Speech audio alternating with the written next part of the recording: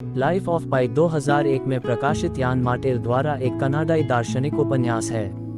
नायक पिसिन मोलिटर P Patel है, जो पौंडीचेरी, भारत का एक भारतीय लड़का है जो कम उम्र से ही आध्यात्मिकता और तत्वमीमांसा के मुद्दों की पड़ताल करता है। वह बंगाल टाइगर के साथ प्रशांत महासागर में एक जीवन रक्षक नौक पर फंसे जहाज की तबाही के 227 दिनों के बाद जीवित रहता है, जो वास्तविकता की प्रकृति और इसे कैसे माना और बताया जाता है के बारे में सवाल उठाता है। उपन्यास की दुनिया भर में 10 मिलियन से अधिक प्रतियां बिक चुकी हैं। वन नोप ऑफ कनाडा द्वारा स्वीकार किए जाने से पहले इसे कम से कम 5 लंदन प्रकाशन गृहों द्वारा अस्वीकार कर दिया गया था, जिसने इसे सितंबर 2001 में प्रकाशित किया था।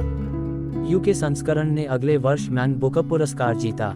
3-4-5 इसे CBC रेडियो के कनाडा रीड्स 2003 के लिए भी चुना गया था, जहां लेखक नैन्सी ली ने इसका समर्थन किया था। 6 फ्रेंच अनुवाद आइहस्टवा द पाई को प्रतियोगिता ल कॉम्बैट दे लिव्र के फ्रेंच CBC संस्करण में चुना गया था, जहां इसे लुइस फॉरेस्टियर ने चैंपियन बनाया था। 7 उपन्यास ने 2003 बोके पुरस्कार, एक दक्षिण अफ्रीकी उपन्यास पुरस्कार जीता। 2004 में इसने वर्ष 2001-2003 के लिए सर्वश्रेष्ठ वयस्क उपन्यास में साहित्य के लिए एशियाई प्रशांत अमेरिकी पुरस्कार जीता।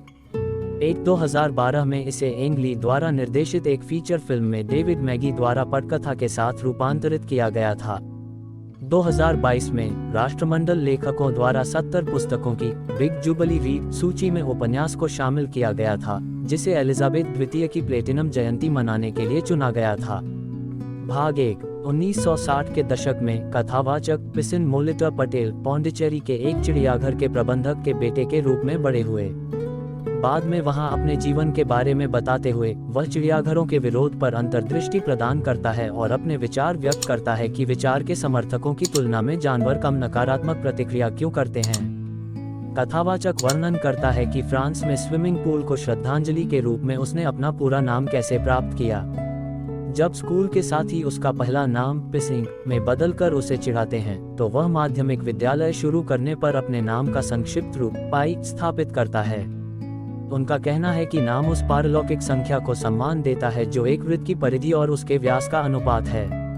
अपने अनुभवों को याद करते हुए पाई ने कई अन्य असामान्य स्थितियों का वर्णन किया है जिसमें उचित नाम शामिल हैं। चिड़ियाघर में 2 आगंतुक, एक धर्मनिष्ठ मुस्लिम और दूसरा एक प्रतिबद्ध नास्तिक, समान नाम रखते हैं, और चिड़ियाघर में एक 450 पाउंड के बंगाल टाइगर का नाम रिचर्ड पाकर रखा गया है, क्योंकि एक लिपिकीय त्रुटि के कारण बाघ का नाम उसके मानव कैदी के नाम के साथ बदल दिया गया था।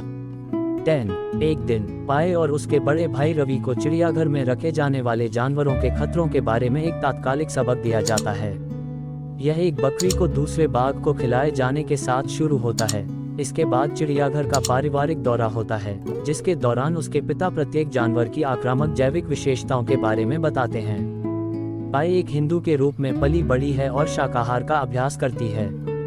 14 साल की उम्र में वह ईसाई धर्म और इस्लाम की जांच करता है और तीनों धर्मों का अनुयायी बनने का फैसला करता है, अपने माता पिता और अपने धार्मिक गुरुओं की हताशा के लिए बहुत कुछ, ये कहते हुए कि वह बस भगवान से प्यार करना चाहता है।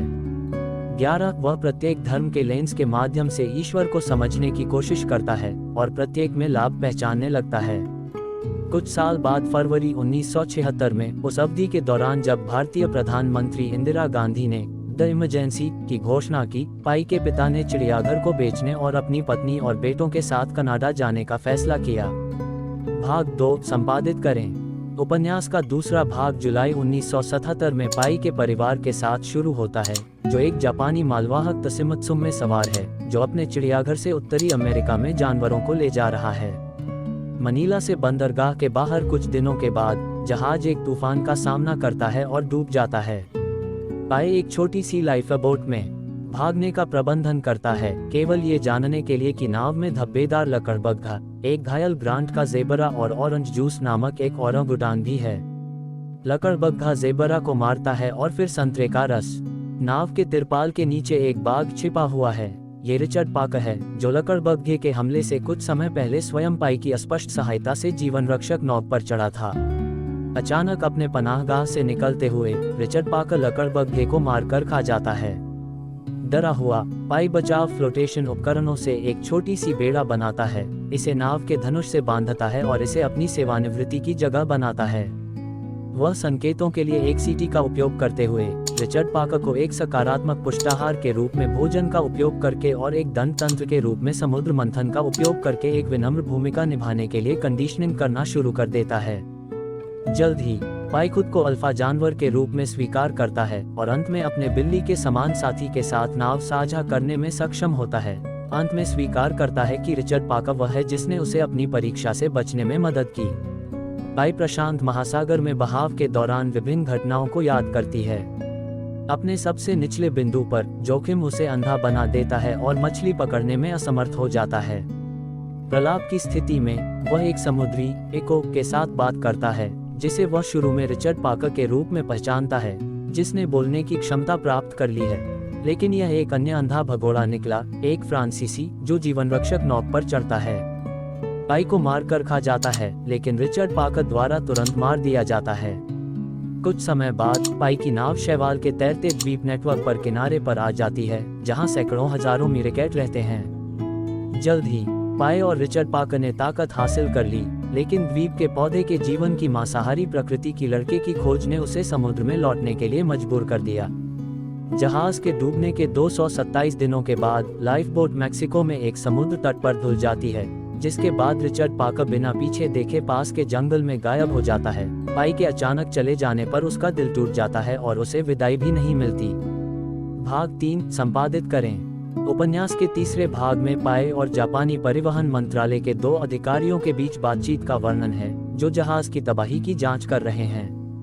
वे उससे मैक्सिको के अस्पताल में मिलते हैं जहां वह ठीक हो रहा है।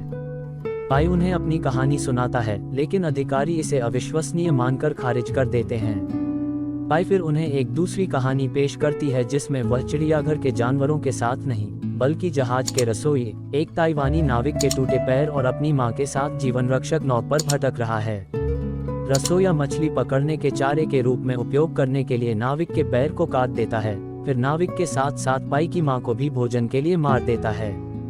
इसके तुरंत बाद रसोइये को पाई द्वारा मार दिया जाता है, जो उस पर भोजन करता है।